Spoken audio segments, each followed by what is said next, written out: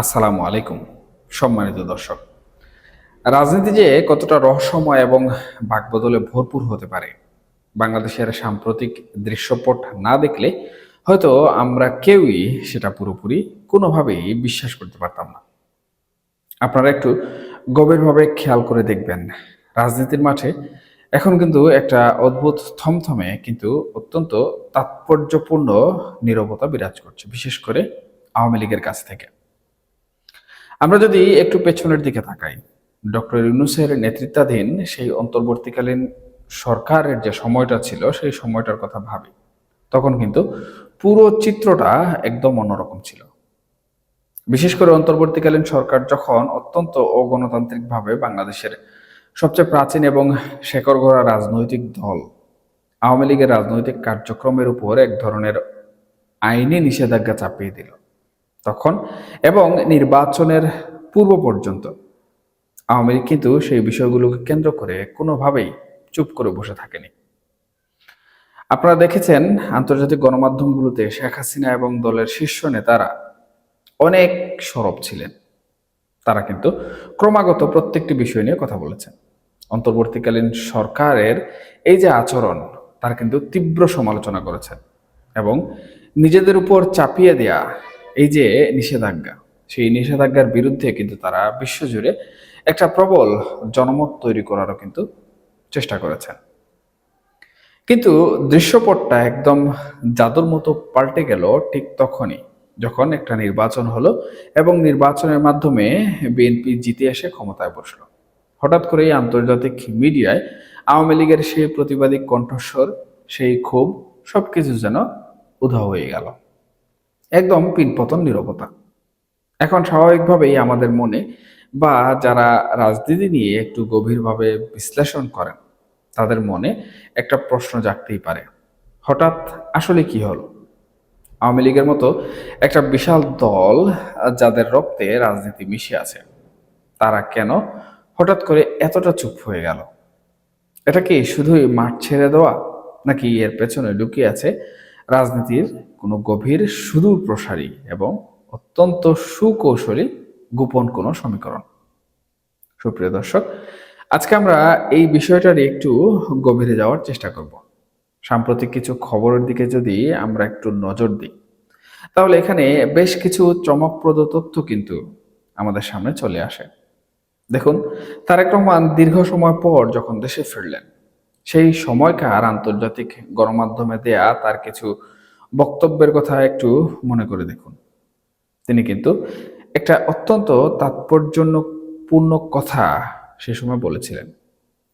তিনি বলেছিলেন, শেখ হাসিনার সন্তানদের রাজনীতিতে ফিরে আসার ব্যাপারে তিনি বেশ পজিটিভ এবং উদার। এ ব্যাপারে তিনি একটি বিশদ বার্তাও দিয়েছিলেন।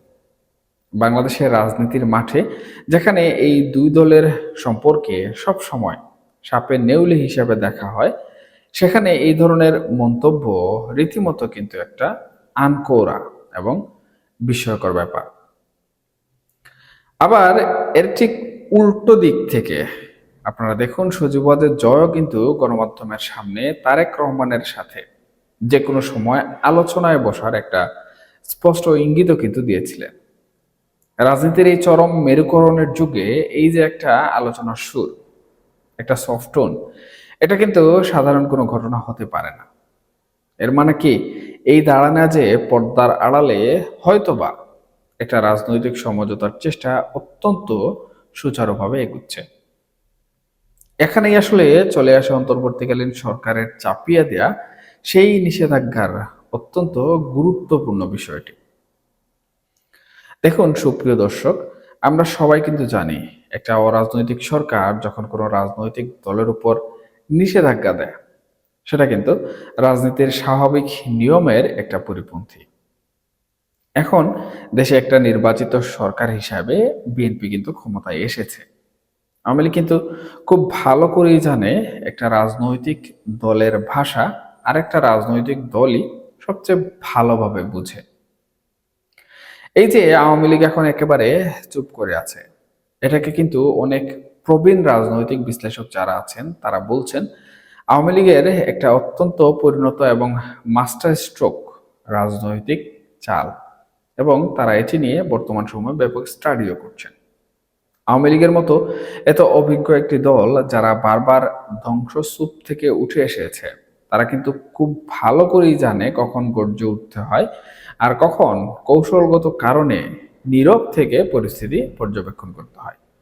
তাদের এই নীরবতাকে যদি কেউ দুর্বলতা হিসেবে ধরে নেন, তবে সেটা কিন্তু রাজনীতির মাঠে মস্ত বড় একটা ভুল হিসাব হবে। আওয়ামী লীগ হয়তো এই মুহূর্তে অত্যন্ত সুকৌশলে বিএনপিকে সেই সময় এবং স্পেসটা দিচ্ছে, যাতে বিএনপি সরকার তাদের রাজনৈতিক প্রজ্ঞা খাটিয়ে অন্তর্বর্তীকালীন সরকারে রেখে যাওয়া এই যে অগণতান্ত্রিক নিষেধাজ্ঞার বেড়াজাল, এটা যেন ছিঁড়ে ফেলে আওয়ামী লীগকে একটা সুযোগ দেয়। একটু ভেবে দেখুন, বিএনপিও কিন্তু হারে হারে টের পেয়েছে যে -2 ফর্মুলা বা অরাজনৈতিক শক্তির উত্থান দিন শেষে কোনো রাজনীতিকের জন্যই মঙ্গল বয়ে আনে না। বিএনপি হয়তো বুঝতে পারছে বাংলাদেশের মতো একটা দেশে আওয়ামী লীগের মতো বিশাল একটা জনভিত্তিক সম্পন্ন দলকে আইনি নিষেধাজ্ঞার বেড়াজালে আটকে রেখে দীর্ঘমেয়াদে আসলে দেশ চালানো বা স্থিতিশীলতা বজায় রাখা কোনোভাবেই কিন্তু সম্ভব নয়। আর আওয়ামী লীগও বর্তমান সময়ে চাইছে বিএনপি নিজেরাই উপলব্ধি করুক যে রাজনীতিতে আওয়ামী লীগের বিকল্প নেই। তারা বলছে, তোমরা ক্ষমতায় এসেছো, এখন তোমরাই অন্তর্বর্তীকালীন সরকারের করা এই ভুলটা শুধরে নাও। বিষয়টা অনেকটা এরকম। বিএনপি যদি দ্রুত এই নিষেধাজ্ঞা তুলে নেয়ার আইনি এবং রাজনৈতিক প্রক্রিয়াটা সম্পূর্ণ করে, তবে আমি মনে করি সেটা বাংলাদেশের গণতন্ত্রের জন্যই একটা বড় বিজয় হবে। শুধু বাংলাদেশের গণতন্ত্রের জন্য নয়, বিএনপি যে নির্বাচনের ম্যান্ডেট বা জনগণের যে ম্যান্ডেট নিয়ে ক্ষমতায় বসেছে, সেই ক্ষমতার মসনদও কিন্তু অনেক বেশি পাকাপোক্ত এবং শক্ত একটি ভিত্তি পাবে। কারণ জনগণ কিন্তু কোনোভাবেই রাজনৈতিক যে নিষেধাজ্ঞা কিংবা একটি রাজনৈতিক দল আরেকটি রাজনৈতিক দলকে নিষেধাজ্ঞা দিয়ে কুণ্ঠাসা করে রাখবে, মাইনাস করে রাখবে, এই বিষয়গুলো নিয়ে বর্তমান সময়ে বেশ সচেতন। আমরা অন্তর্বর্তীকালীন সরকার যখন ছিল তখনও কিন্তু দেখেছি এক শ্রেণীর মানুষ ব্যতীত, অর্থাৎ আমি যদি স্পেসিফিক ভাবে বলি, যারা আওয়ামী লীগ বিরোধী ছিল কিংবা যারা জুলাই বিপ্লবে অগ্রসরে ছিল, নেপথ্যে যারা জুলাই বিপ্লবের ছিল, তারা ব্যতীত দেশের সাধারণ মানুষ, সাধারণ ভোটার সবাই কিন্তু চেয়েছিল দেশের গণতান্ত্রিক পরিবেশ ফিরে আসুক এবং অন্তর্ভুক্তিমূলক নির্বাচন হোক, অর্থাৎ আওয়ামী লীগের নিষেধাজ্ঞা উঠে যাক, আওয়ামী লীগকে রিফর্ম করে নির্বাচনে আসার সুযোগ দেওয়া হোক, তাদের নিষেধাজ্ঞা তুলে নেওয়া হোক। এই যে রাজনৈতিক সচেতনতা বর্তমান সময়ে সাধারণ জনগণের মধ্যে চলে গেছে বা সাধারণ জনগণ এই বিষয়টি নিয়ে কথাবার্তা বলছে, এটি কিন্তু বর্তমান এই সরকারের ক্ষেত্রেও ঘটতে পারে। নতুন সরকার ক্ষমতায় এসেছে, তাদের সবকিছু ঠিক করতে সময় লাগবে, এটাও কিন্তু জনগণ বুঝছে। জনগণ এই সরকারকেও কিন্তু স্পেস দিতে চায় এবং স্পেস দিচ্ছে।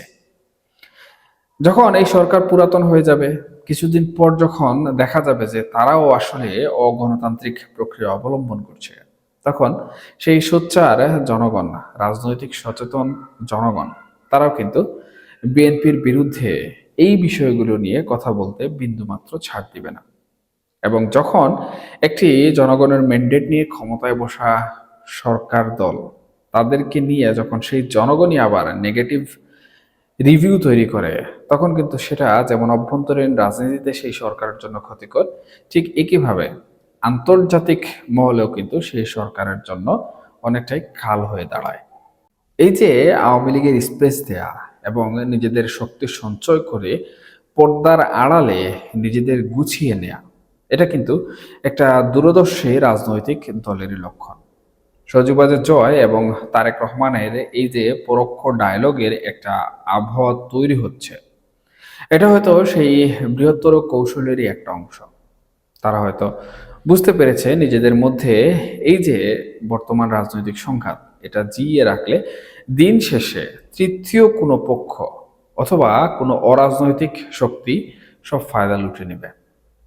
তাই রাজনৈতিক কাঠামোটা টিকিয়ে রাখার স্বার্থেই হয়তো এই দুই চির প্রতিদ্বন্দ্বী শিবিরের মধ্যে একটা অলিখিত নীরব সমঝোতাও কিন্তু তৈরি হয়েছে। পশ্চিমা বিশ্ব কিন্তু এই বিষয়টা খুব নিবিড়ভাবে বর্তমান সময়ে পর্যবেক্ষণ করছে। তারাও চায় বাংলাদেশে একটা রাজনৈতিক স্থিতিশীলতা থাকুক। অন্তর্বর্তীকালীন সরকার সেই যে গুমট অবস্থা তৈরি করে গেছে তা থেকে বেরিয়ে এসে দুই বড় দলের মধ্যে একটি ওয়ার্কিং রিলেশনশিপ তৈরি হোক। তবে পশ্চিমা বিশ্ব সেটাকে কিন্তু ইতিবাচকভাবেই নিবে। কারণ আওয়ামী লীগের মতো একটা প্রগতিশীল এবং ধর্মনিরপেক্ষ বৃহৎ রাজনৈতিক শক্তিকে বাইরে রেখে এই অঞ্চলে কোনো দীর্ঘমেয়াদী সমীকরণ আসলে মিলবে না। সেটা কিন্তু আন্তর্জাতিক মহলও খুব ভালো করেই জানে এবং বিগত ১.৫ বছরে তারা সেটা কিন্তু হাড়ে হাড়ে টের পেয়েছে। দর্শক, রাজনীতি আসলে শেষ কথা বলে কোনো কিছু নেই, এটা বারবারই বলি। এই মুহূর্তে আন্তর্জাতিক গণমাধ্যমে শেখ হাসিনা বা আওয়ামী লীগের এই যে অনুপস্থিতি বা নীরবতা, সেটা নিছক কোনো হারিয়ে যাওয়া নয়। এটি একটি অত্যন্ত ক্যালকুলেটেড স্ট্র্যাটেজিক রিট্রিট। তারা সময় নিচ্ছে, তারা দেখছেন নতুন সরকার কিভাবে অন্তর্বর্তীকালীন সরকারের তৈরি করা এই রাজনৈতিক অচল অবস্থা এবং নিষেধাজ্ঞার খড়গ থেকে দেশকে এবং দেশের রাজনীতিকে, দেশের গণতন্ত্রকে বের করে আনেন। এই নীরবতার আড়ালে যে রাজনৈতিক চালগুলো খেলা হচ্ছে সেটা হয়তো আগামী কয়েক মাসের মধ্যেই আমাদের সামনে পরিষ্কার হয়ে যাবে। আমরা হয়তো খুব শিগগিরই রাজনীতির এই দাবা খেলার আওয়ামী লীগের নতুন কোনো রাজনৈতিক চমক দেখতে পাব। তবে এখানে আরেকটি গুরুত্বপূর্ণ বিষয় রয়েছে, সেটি হচ্ছে বিগত আওয়ামী লীগ সরকার যখন ছিল ক্ষমতায় তখন কিন্তু তারা বিএনপিকে নানাভাবে দমন পীড়ন করেছে, তাদের রাজনৈতিক কর্মকাণ্ডে বিভিন্নভাবে বাধা প্রদান করেছে। এখন কেন্দ্রীয়ভাবে বা সরকারিভাবে বা দলীয়ভাবে যদি প্রধানমন্ত্রী তারেক রহমান কিংবা দলের চেয়ারম্যান হিসাবে যদি তিনি কোনো ধরনের সিদ্ধান্ত নেন আওয়ামী লীগের পক্ষে, তবে সেটা তৃণমূল পর্যন্ত আদৌ পৌঁছাবে কিনা সেটা কিন্তু একটা গুরুত্বপূর্ণ পর্যবেক্ষণের বিষয়। কারণ এই যে নির্যাতন নিপীড়ন আওয়ামী লীগ সরকার চালিয়েছিল বা আওয়ামী লীগের আমলে ঘটেছিল, এগুলো রেশ কিন্তু কোনোভাবেই কাটবে না। বা তৃণমূল পর্যায়ের নেতৃবৃন্দরা, জেলা উপজেলা পর্যায়ের নেতৃবৃন্দরা, তারাও কিন্তু এই বিষয়টি কখনো ভুলে যাবেন না। সমঝোতা হতে পারে, নিষেধাজ্ঞাও হয়তো বা উঠে যেতে পারে, কিন্তু রাজনীতির যে একটি প্রতিহিংসা সেটি কিন্তু থেকে যাবে। দেখা যাবে সেই পুরাতন কায়দায় আওয়ামী লীগ যেভাবে বিএনপির নেতা কর্মীদের মামলা হামলা করছে, জেলে ভরে রাখছে, ঠিক একইভাবে বিএনপির তৃণমূল পর্যায়ের নেতৃবৃন্দরা হয়তোবা পুনরায় সেই কাজগুলো করবে। তবে দীর্ঘ ১.৫ বছরে কিন্তু এই বিষয়গুলো অনেক অনেক বার ঘটেছে। যদিও অন্তর্বর্তীকালীন সরকার ক্ষমতায় ছিল, কিন্তু আধিপত্য বিস্তারে বিএনপি বলুন কিংবা জামাতে ইসলাম বলুন, কেউ কিন্তু পিছিয়ে ছিল না। এবং সেই সময় কিন্তু নির্যাতনের শিকার হয়েছিল আওয়ামী লীগের নেতৃবৃন্দরা। সুতরাং বর্তমান সময়ে যে নতুন সরকার বা বিএনপির সরকার রাষ্ট্র পরিচালনা করছে, তারা আসলে অনেক বেশি চ্যালেঞ্জের সম্মুখীন হচ্ছে প্রতিটা বিষয়ে। এখন পর্যন্ত আমরা দেখতে পাচ্ছি অন্তর্বর্তীকালীন সরকারের করে যাওয়া বিভিন্ন ধরনের ঘাপলা তারা সামাল দিতে হিমশিম খাচ্ছে। এমত অবস্থায় রাজনৈতিকভাবে যদি মাঠ পর্যায়ে দুটি বৃহৎ দলের মধ্যে, দলের নেতাকর্মীদের মধ্যে সংঘর্ষ বাধে, তখন সেটা কিন্তু একটি বড় রাজনৈতিক অস্থিতিশীলতা তৈরি করতে পারে। সেই হিসাবে এই যে নিষেধাজ্ঞা ওঠার বিষয়টি আসছে কিংবা সমঝোতার বিষয়টি আসছে, এই বিষয়টা কিন্তু একটুকু হলেও ধীরস্থির গতিতে হবে। এবং সর্বোপরি তৃণমূল পর্যায় থেকে শুরু করে কেন্দ্রীয় পর্যায় পর্যন্ত যতক্ষণ পর্যন্ত না বিএনপি তাদের নেতাকর্মীদের সামলে নিতে পারবে, ততক্ষণ পর্যন্ত আমি মনে করছি না যে প্রকৃতপক্ষে আওয়ামী লীগকে মাঠে নেমে তাদেরকে সকল প্রকার রাজনৈতিক কর্মকাণ্ডে একদম মুক্ত করে দেবে। হয়তোবা নিষেধাজ্ঞা উঠে যেতে পারে, তবে যে বিচারিক প্রক্রিয়া রয়েছে সেই বিচারিক প্রক্রিয়া চলবে এবং যারা দোষী রয়েছেন, যাদের নামে মামলা রয়েছে, তারা অভ্যন্তরীণ রাজনীতিতে কোনোভাবেই প্রবেশ করতে পারবেন না। এবং এই সুযোগটি বিএনপি নিজেও কিন্তু দিবে না। যদি বিএনপি এই সুযোগটি দিয়ে দেয়, তাহলে আগামীতে যে স্থানীয় নির্বাচন রয়েছে, স্থানীয় প্রতিনিধি নির্বাচন, উপজেলা কিংবা ইউনিয়ন পরিষদের নির্বাচন, সেগুলোতে কিন্তু সেই আওয়ামী লীগের রাঘব বোয়ালরা ফিরে এসে যদি নির্বাচন করার সুযোগ পেয়ে যান, তাহলে বাংলাদেশের রাজনীতির মধ্যে একটি নতুন চমকের সৃষ্টি হতে পারে। যাই হোক সুপ্রিয় দর্শক, আমি যে প্রসঙ্গে ছিলাম সেই প্রসঙ্গতে আবারও ফিরে আসাই আমি মনে করি সবার জন্য মঙ্গলজনক এবং ভালো হবে।